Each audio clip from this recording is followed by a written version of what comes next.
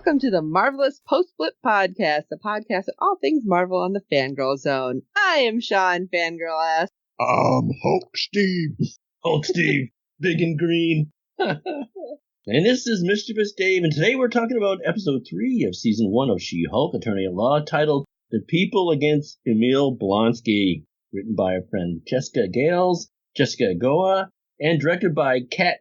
I always want to say Cairo, because Cairo is usually with an A. It could be Cairo, but it's Coiro. I'm still going to say Cairo until Kat corrects me over Twitter. Like, what is your problem? Oh, sorry. Yeah. Are we doing initial reactions at all, people? I was going to say so before we jump in. So I say we should do an initial reaction. But Dave, since you brought it up, how about you give us yours first? My big mouth. Okay. There's two things. I'm starting to like it better. It's fun. Who says it can't be fun? Right. I'll tell you who says it can't be fun. Terry Metalis, our buddy. Yeah. He doesn't like it. He goes, I guess what? I'm not. Well, yeah. He doesn't like it. I read that today. I'm like, oh, okay. And of course, a lot of people are like, whatever you say, Terry. Right. You hate it, we hate it. I'm like, it's not bad. Are you kidding? The twerking at the end, didn't need it. Not that they're not talented, but it's just something stupid and funny. Yeah, stupid and funny. And apparently that's the direction they want to go in. And that's funny. After the last episode, I had this premonition that we're going to see a severely dark turn. I don't know what gave it to me. I just, and I'm pretty smart, as everyone knows. And I'm like, I'm not laughing at you. I'm laughing with you. Yeah, okay. Everyone says that to me too. I just got this suspicion like, something's going to take a dark turn. I don't know what it is. I don't know when it's going to happen, but there's my tinfoil hat theory. So far, it's just funny and goofy, and there's nothing wrong with that. But I have this sneaking suspicion we're going to get punched in the face. I don't think you're wrong. I think something's like probably towards the end, it's going to be something big. And I think you've already brought it up in, I think it was the first episode. Yeah, what did I say? About Hulk's possible son. So I think that may be what the thing is going to be. It's going to be not something we were expecting. That would make it about the Hulk, though. We don't want it about the Hulk. We want it to be about She-Hulk. Yeah, but I just think it's going to be something really... concerning that somehow. Well, I know. They'll blow everyone away, or we'll find out they're... I got my hashtag fingers in the air. Kissing cousins. Oh, no. No. Sorry. No. Someone always goes there, and it's usually me. All right, now to get away from that part, and don't you dare give me kissing cousins on your how many you're rating this. But what's the rating? I can't tell you. It has to do with Miss Piggy's fingers and stuff big and green. So we'll just skip ahead of me and go to Steve. Oh my God. All right, Steve, how did you feel about this episode? Oh, it was a lot of fun.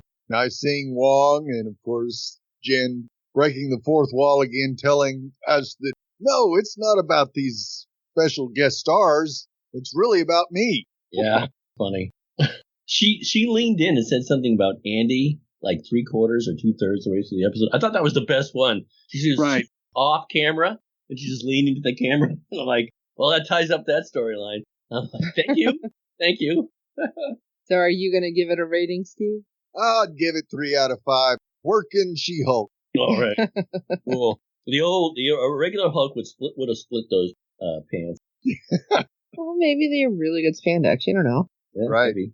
I enjoyed it because it was just kind of goofy. And again, sometimes you need that. And then the fact that they purposely put some of the actual things that people were saying about this when it was announced into, we all know the part, into the Twitter feeds that they had. I love that they used actual ones. It's like, yes. So basically what they're saying is the tears of you gatekeeping pseudo fanboys, nobody cares. Right. So I thought it was funny. And then they were just that's why I kind of felt like this episode was all kind of making fun of stuff.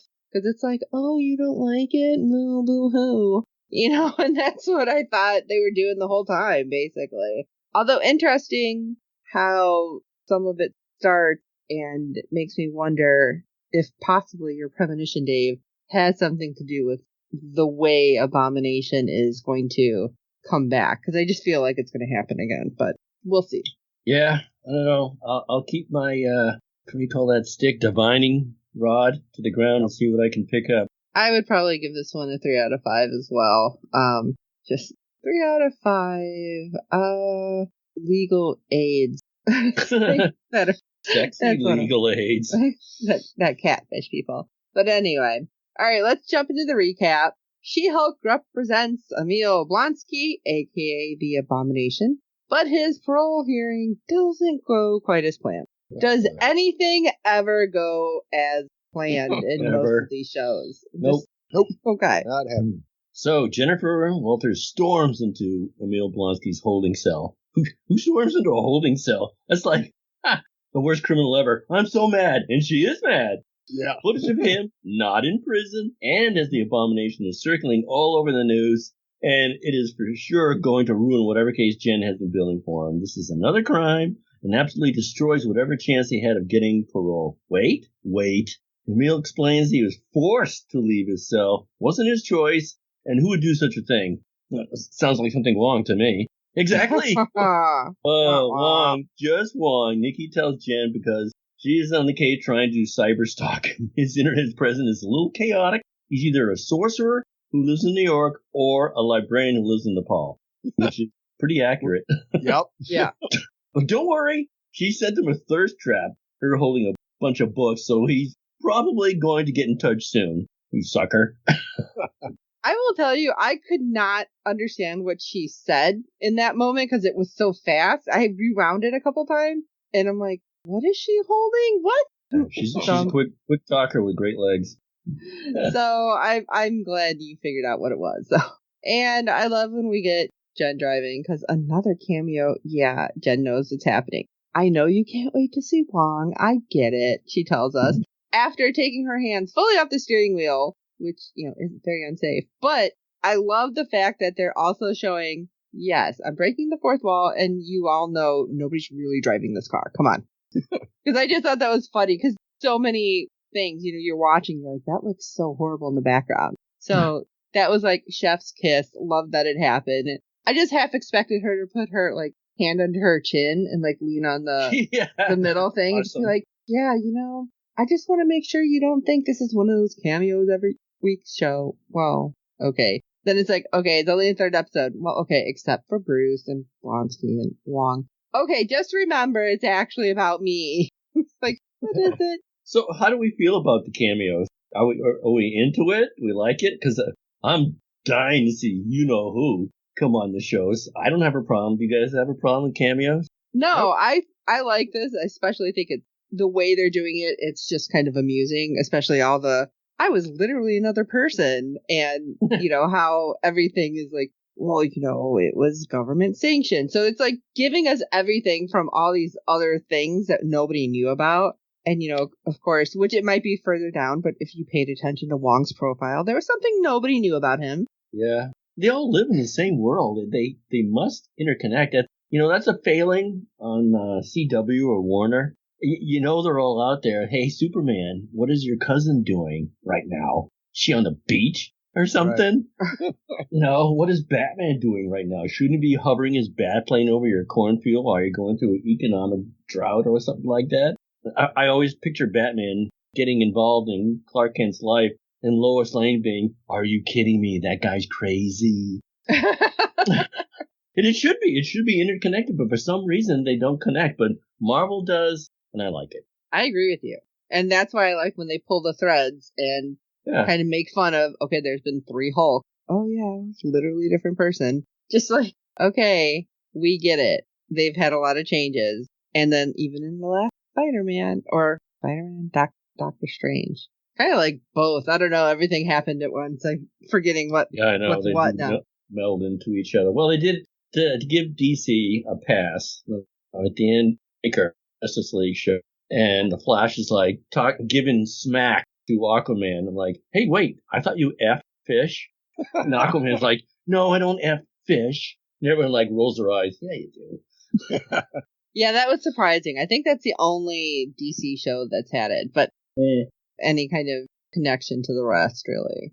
And they should. Peacemaker, in case you missed. Yeah, I can see it can get a little old, but sometimes it's pretty funny, too. That's why this is great, because we have all this stuff happening and everything being connected with Marvel. And that will lead us to, phase 352 in the future. So, just keep watching. Speaking of interconnected, Ms. Marvel and, okay. I'm going to say Ghost Rider. It's not Ghost Rider. Have a comic together now. And when my brain starts working again, I will tell you. But go ahead, Shawn. Well, we're going to go to the GLK&H offices. Now, at some point I'm going to screw up those letters, just so you know. Yep. But anyway, we have Nikki flipping through news reports, not focused on the abomination, but on Jen. And let's just say the media has not been very nice to her, even though her phone line is being flooded with interview requests. Oh, yes, it's the celebrity of the moment. Yep. But Jen doesn't want to give any of her time to any of these people because it's distracting from my work. Makes me wonder if her boss is going to be in soon and be like, you need to do an interview. Nope. Unlikely. Yep. But walking into Holloway's office, Jen is greeted by none other than her former colleague, Dennis. Oh, Dennis. Why isn't his name Richard, if you know what I mean? Yes, it should be. Jen immediately protests working with him since the two have too much shared work history. And another prosecutor, Mallory Book, who is also dismissed because Dennis doesn't want to work and tell the problems to somebody who's a 10. And I'm looking at her going, wait a minute, I know her. Why do I know her? And I couldn't remember why, but she's been in one of our other shows, Steve. Which show is she? It'll come to me again when my brain kicks in. Yeah. But by the process of elimination, Pug is put on the case, which we still don't quite know why he's part of the superhero division, but I'm guessing we will find out soon enough. It's in the comics. Oh, he's just there. It's not that he has like a hidden thing that he... Yeah, he's just there. He's a character. Okay. Well, what is this case anyway? Well, as Dennis explains, he's been defrauded. But why is it in the superhuman law division? Turns out the woman he's dating, Runa, is a shape-shifting light elf from New Asgard. Wow. To be fair, he thought he was dating Megan Thee Stallion. Yeah. Okay. Of course he was. Jen can barely contain her laughter when who should appear through a portal? Wong. Taking this cue to leave, Jen and Wong head back to her office where he confesses that yes, he broke Emil out of the prison. It was all part of his training to assume the position of Sorcerer Supreme, and he needed a worthy opponent. Now that Wong's cleared the air, well, he's good to go home. Why isn't there a Wong show then? If he's gonna be, where's the Wong show? That's gonna happen, I feel. That's gonna happen. Oh, and by the way, the actress's name... Oh, why did I just lose the actress's name? Duh. Is Renee Elise Goldsberry. She was in Altered Carbon and Hamilton. That's why I knew her. I thought she was in one of our shows, but I think it's just because I was really into Altered Carbon. Jen explains to him that as soon as the parole board sees the video of Emil fighting as Abomination, they're not going to let him go. What to do? Well, Wong doesn't really want to erase everyone's memory because that got messy last time. That's neither here nor there. What about if Wong just shows up to the hearing and explains what he did? Sounds good to him, and he agrees to save sorcery as a backup plan B. I love the tapping of the nose. It's like, no tapping of the nose. Stop it. Yeah. It's like, sure, plan B. It's like, no, not wink, wink, nudge, nudge. Stop it. Meanwhile, Pug has been tasked with trying to work on Dennis's case. Turns out Dennis spent a lot of money on this light elf imposter, and Pug knows this isn't going to be an easy case. After first leaving the office, Dennis then has a change of heart and suggests that the whole case be dropped. Thankfully, Pug sees through this deception, and soon the light elf Runa reveals herself before rushing out of the office. I think I wrote in my notes, she's freaking nuts. Yes. In a fun way, but she's nuts. Starting to wonder if the pod dog might be a light elf all of a sudden when we brought that up. Sure. A lot of noise. Back at the prison, Jen gets ready to make her case in front of the parole board, Emil, and also Emil's 7 soulmates, because 8's too much. I thought it was 8 is enough. Wasn't it 8 is enough? Yes, it was. It was, yeah. How did they get that wrong? Anyway, they showed up. She explains to them, there's people listening now, I'm like, what are you talking about? 8 is enough. Google it. Come on, man. She explains to them that she's got a witness who can speak to all of Emil's wrongdoing, except Wong is late. Stalling for time, Jen suggests that Emil give his own statements before the parole board. Speaking from the heart, he feels that he has been rehabilitated and has changed emotionally, physically, metaphysically, spiritually, cosmically, interdimensionally, gotta like that one, etc. Getting back on track, Emil has a place to live if he's released and plans to open a meditation facility. Well, I hope Wong is in his series. As for funding, he's relying on the 7 soulmates for that. Just in the nick of time, Wong shows up. Sorry, he lost track of time. That's weird. Yeah, how? How? Yeah. As Wong explains, it wasn't Emil's choice to leave, but it was his choice to return to prison. Wong actually offered him sanctuary at Kamartaj, but he declined, insisting on returning to prison and repaying his debt to society because he wants his own spin-off series. While Emil's case might not be going well, what about the one against Abomination? Doesn't he turn into a blood-thirsty monster when he transforms? Nope, this guy just bumps his head on the ceiling, and that's cute. Yeah. Yeah, I thought that was all weird with Wong's like, listen, he could have done this, but he did this. And then you have all these other people who are like full on crying, like, oh, he's done so good. It's like, what is wrong with all of you people? So weird. Just looking at Runa on IMDb. She's a crossover specialist. She's been in Hulk and Doom Patrol. Ah. Wow. Boom. She's got both comics. Yeah. Like the big ones under her. All right. Throw money at me. Well, hoping to put the parole board's mind at ease. Yeah, that's gonna work. Emil transforms into Abomination. And everyone absolutely freaked the hell out. Except his 7 soulmates. He was screaming, crying, hiding. Well, the full work. He's in that whole holding cell, so he can't get out. Why are you freaking out and screaming like that? It's like, what the hell? But anyway. Yeah. And Jen begins to yell at him to turn back, but Emil doesn't see what the problem is. He's in full control. When did he get fins on his head, too, by the way? He said that, I think. Yeah. Nah, I just watched ugly. The original. I don't like him. But he's kind of like the Hulk. Things happen, he's like, what? Yeah. What do you mean, what? You big green thing, you big gray thing. It's weirdo. They're freaking out. Look around. Mm-hmm. But anyway, realizing she's going to have to scramble, Jen uses this to her advantage, turning to the parole board to explain, clearly he could have escaped at any time, but he chose not to. Instead, he stayed behind bars and learned his lesson so he can rejoin society again in the future. Yeah, or try to do something really bad and he's just trying to spin a lot. I don't know. Well, if I saw somebody come out of a golden portal on the parole board, I'd be like, what happened? What just happened? Yeah, hold on a minute. Yeah, wait a second. You guys are like 10 steps ahead of me. Yeah, that parole board was all over the place, right? Because apparently, Jen was enough for the parole board to adjourn for the day and they'll figure out their ruling soon. However, as for Wong, it's noted that he facilitated a prison escape, which is technically a crime. And he's like, gotta go right back through that portal. I got my hole. Bye.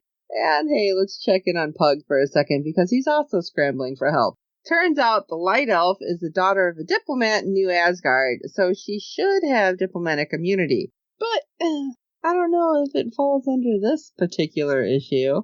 But I love the judge points out that they're not in New Asgard, and Runa is quick to point out that New Asgard is not a place, it's a people. Listen, unfortunately, Thor's speeches are not admissible in court. Yeah, I didn't think her argument helped. I love that, though. And well, as for Pug's case, he's going to have to prove that Dennis could, in fact, have been duped by Runa for the court to side with him. Which, this was amusing, how this whole thing played out. Oh, yeah. Did they have sex? They never even teased that, but no, yeah, never brought up. But okay, let's move on. Later that night at the Legalese, Jen fills Nikki in on everything that happened and prays for the day this trial is over so she can go back to being a normal, anonymous lawyer who also happens to be a Hulk. Yeah, okay. Nikki reminds her that the genie is out of the bottle and there's no use trying to fight it. Pug slides into the bar with them, connecting the A and B story. Nice, yeah. Jen tells us. Awesome. Complaining about Dennis as Jen and Nikki chime in that he is terminally deluded and gross. Wait a second. What if she said that under oath to help Pug win his case? Now in court on the witness stand, Jen says a laundry list of not nice things about Dennis. He's self-absorbed, chauvinistic, conceited. She can go on. But the point Pug is getting to is this. Is there any world in which Dennis could actually believe he could pull Megan Thee Stallion? Absolutely. His world. Yeah. Yeah, I love that. It's like, but I had all my bros you can talk to. It's like, no, trust me. Yeah. No. Surprisingly, this is what seals the case, and the judge sides with Pug and Dennis and sentences Rooney to 60 days for impersonating a judge. Oh, that was kind of funny, too. Oh, like, yeah. Yeah, that's some right. thought. There's only one Megan Thee Stallion. Megan Thee Stallion says from the back of the court, another cameo. I was not expecting that. No.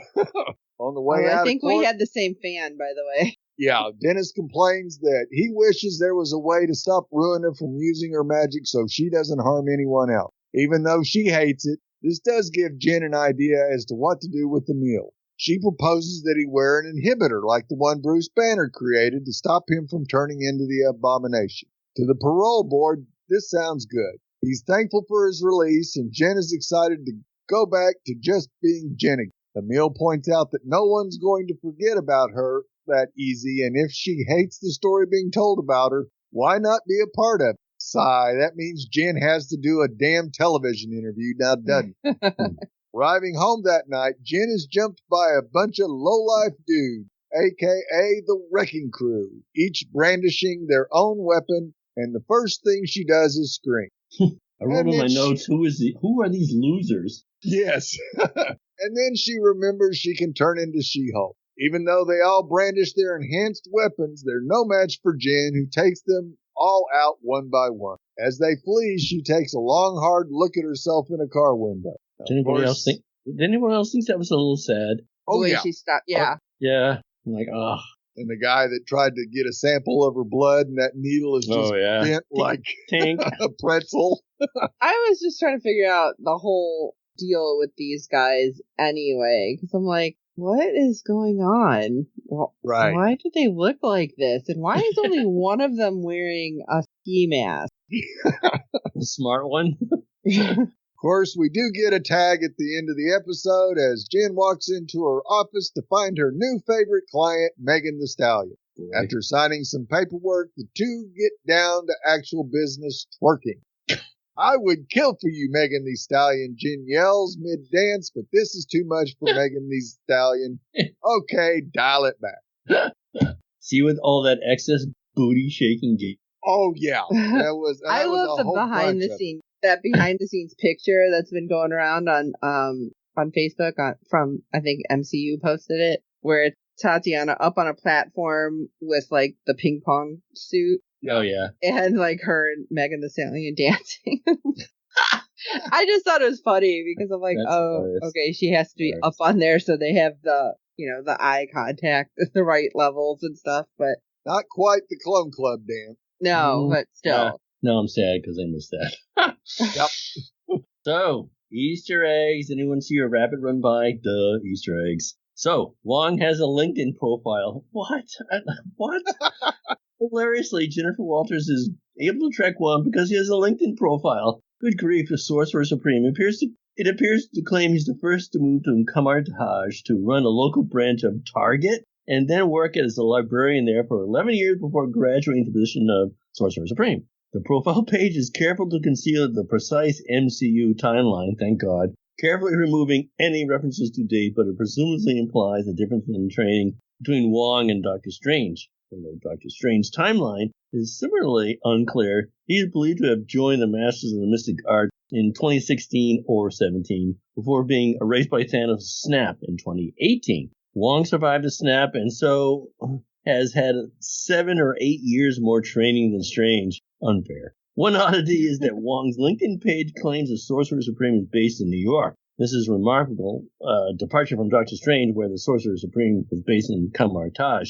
And New York Sanctum Sanctorum has a prominent member of the Master of Arts as a keeper. From an episode, from an in-universe perspective, this may reflect Wong fearing Doctor Strange is too reckless to operate well as a vision. Are you kidding? Wong can't even tell what time it is. Yeah.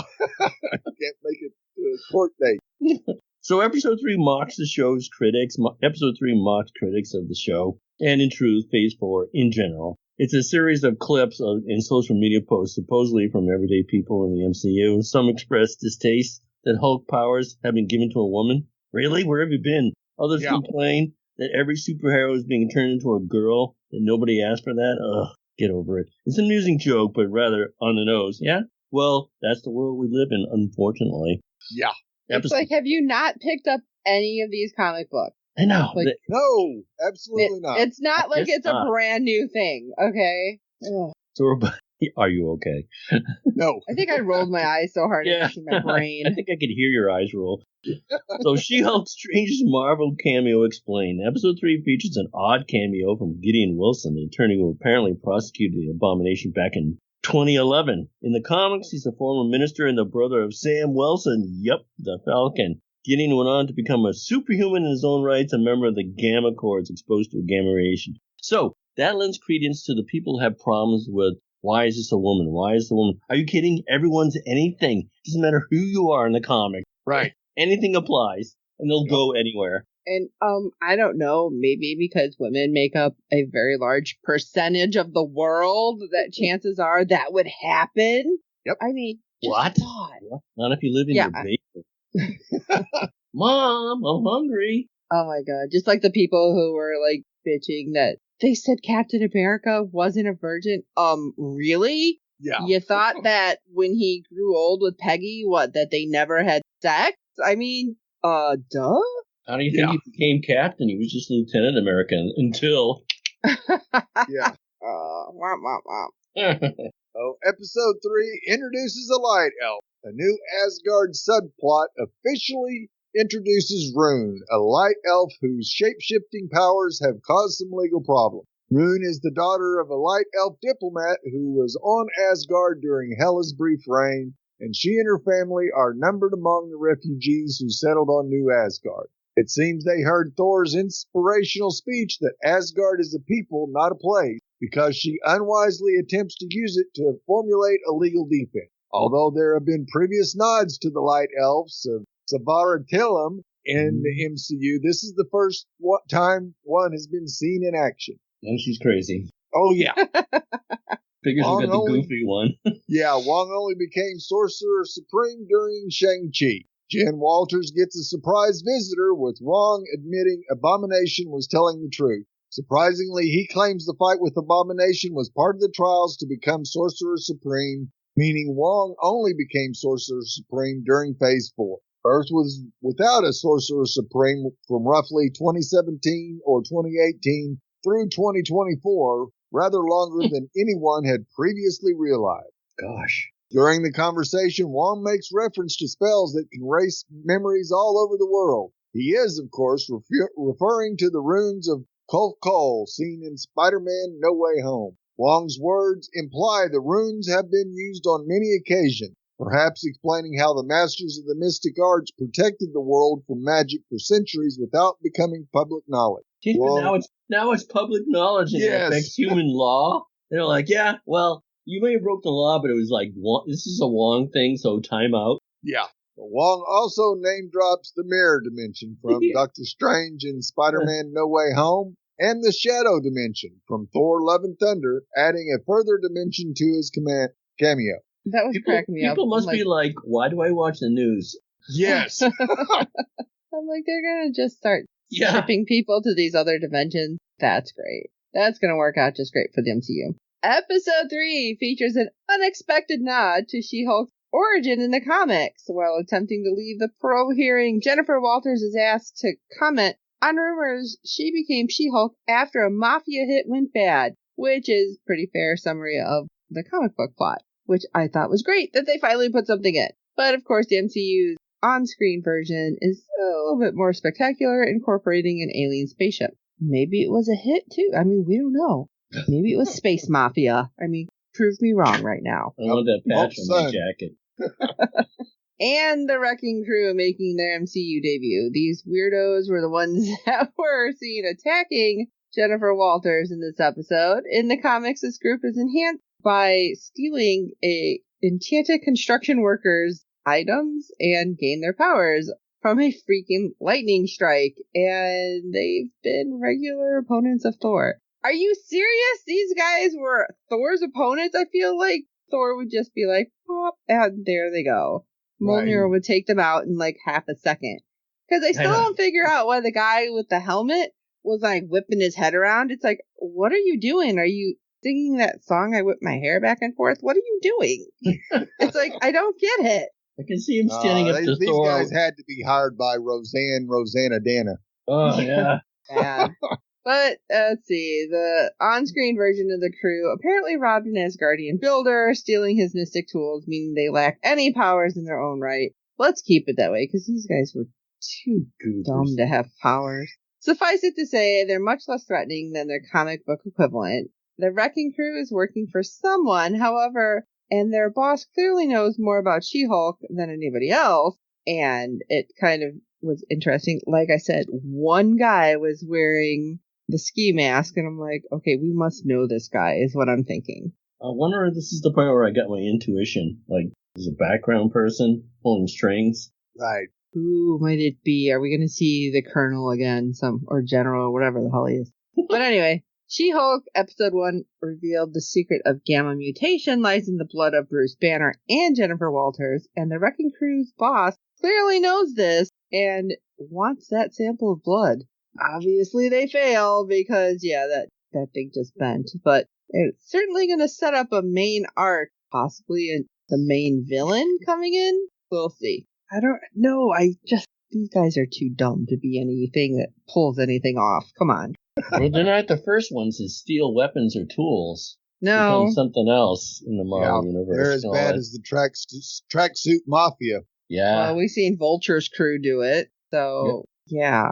These guys are just really must be a lot of that out there. Dim-witted people stealing technology. Yeah. Super weapons. What could go wrong? Yeah. Of course, I guess it could be the big guy. The big guy.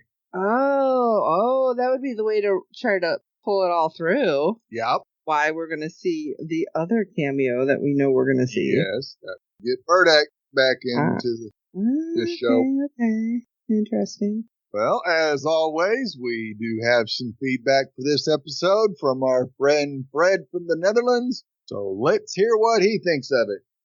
Hello, Steve, Dave, and Shawn, and all listeners to the Fangirl Zone. This is Fred from the Netherlands with some feedback for She-Hulk, Attorney at Law, Season 1, Episode 3. Okay, let's talk about the elephant in the room. I didn't like this episode that much. I found it was a little bit all over the place. Problem, of course, is when the episodes are only 25 to 30 minutes and you have a kind of B story and it needs some room, it gets half of the story. So in that case, the whole Dennis and the Megan T Stallion story was a little bit too big for me. This Dennis is, of course, over the top, but it really is over the top. And that is, of course, a good basis for some humor. But because it's too much, also the humoristic effect goes a little bit down the drain by that. I hope they will dim it a little bit. And then I noticed I'm not fully equipped for American culture because this Megan T Stallion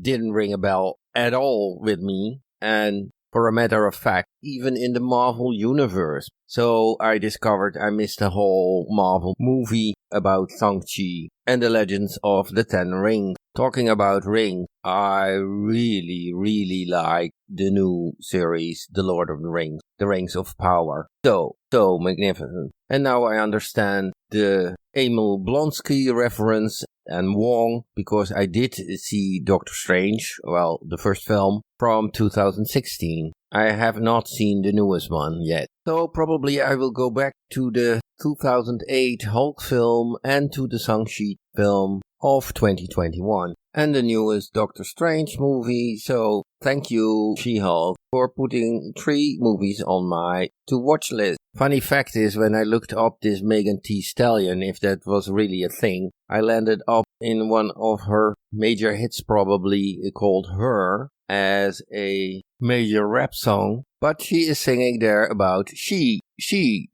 I really wonder if she is referring to She-Hulk there. Bitch, I'm her, she.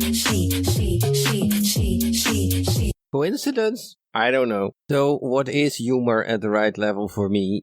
For instance, Jen putting the microphone straight up again after Wong left. That's funny. And that's subtle. But I think if you want subtlety, this is not the right series for you. But as Jen said, connecting the A and B story did work. Dennis gave her the idea to get Emil free if he promises not to use his powers anymore. I love the conceptual art again, and the mid-end credits scene was, of course, fun. Yes, it was. Greetings, all the best, Fred from the Netherlands.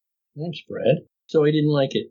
No, he didn't. But he got some movies he needs to watch out of it. Yeah, so. Right. So that's he good. thought the B story was a problem only because of the time constraints and it took too much time. But then that's when she leaned in and explained the whole thing. I wonder, part of my, intuition about upcoming darkness is because Dennis's stupid would make a problem. I don't know. I think he should have that big a role in the show, but you never know. Right. Yeah. And I'm glad he likes Lord of the Rings, although I think House of Dragon's slightly ahead of it right now. Agreed, see? Pod Dog agrees. Case closed. Yes, the pod dog is continuing to agree too. Well, if we didn't have an elf for a neighbor. Right. Maybe things would be fine. I don't want to say I'm not surprised that you hadn't heard of Megan Thee Stallion. No, but not at all. I mean, I don't know. Stallion? I don't know how big she is, like, across the world. I mean, I know she's pretty big here. So she could be huge. And I'm sure she's touring all over, but maybe she's not like on the radio in the Netherlands. Who knows? So, yeah, but yeah, she is a real person. Obviously a real singer. So I have another premonition. We're going to see Fred with his shirt off, tied around his forehead at one of her concerts, screaming and yelling. You might really I don't know, maybe if you find some of the other ones. Ask your kids, Fred. Maybe they know who she is. I am a little disappointed that you're not liking it, but yeah, like you said, this isn't this doesn't take itself seriously. So if you don't like that kind of show, I'm not sure you're going to really love how this is going. Right. And I'm in complete agreement with you that Greg needs to go. He's not needed in this series whatsoever. Dennis? Yeah, Dennis. Well, they're setting him up for something. Maybe he will cause trouble for Jennifer by doing something utterly stupid. Oh, right. But he'll do the TV interview. Yeah. Do I want to see that? Actually, I don't. Yeah. That should be interesting how I that would, plays out. because I'd love to see Jen just beat him down afterwards for being the chauvinistic pig that he is. So he's going to screw up something for her. Oh, yeah. In court. And guess who else is a major lawyer in the MCU? Oh, it's Daredevil. Yeah. Yeah, tie-in, baby. I can see it now. Maybe that's how how it's going to tie in? Maybe. Why not? Legal help right now. I'm in trouble. Who do we know as a lawyer? Boom. Matt. Thank you, Matt. You're also Daredevil. Oops, spoiler alert. You didn't know. See where my brain works? I hope so. I hope it works that way. We'll see. Yep. Well, as always, Fred, we really appreciate your feedback and love hearing your thoughts on every episode of She-Hulk Attorney at Law, and looking forward to hearing from you next week. Thanks, Fred. Thanks, Fred.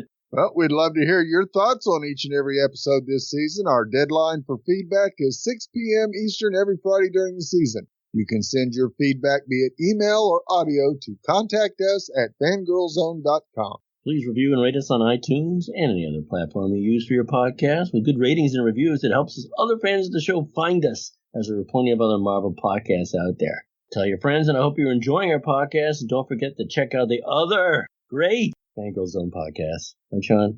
We have so many that you might enjoy. Like, I don't know, You can go check out the Captain's Chair, for instance, or I know the that Mudhorn one. Clan Cast. Yeah, those are so awesome. They are. But you can also find all of our contact information at www.fangirlzone.com and click our contacts page. Yes, I know everything looks weird. We are reworking the website. It's going to take a while. So depending on when you hear this, hopefully I will have my crap together and have it fixed. But I also take all sorts of information on how to fix it. So, hey, you know how. Let me know.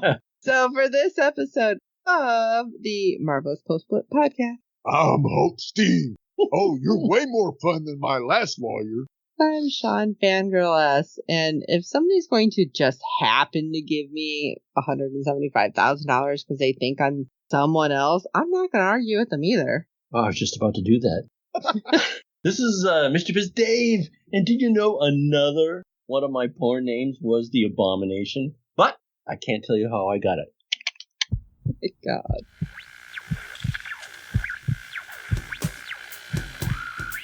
There is nothing wrong with your internet. Do not attempt to adjust your settings. We are controlling the podcast. We control the squealing and the screams. We can make your heart flutter, your eyes blur from tears, or sharpen your mind to crystal clarity. For the next hour, sit back. We are in control of what you hear. We repeat, there is nothing wrong with your settings. You are about to experience the awe and mystery known as the female mind. You are now entering the Fangirl Zone.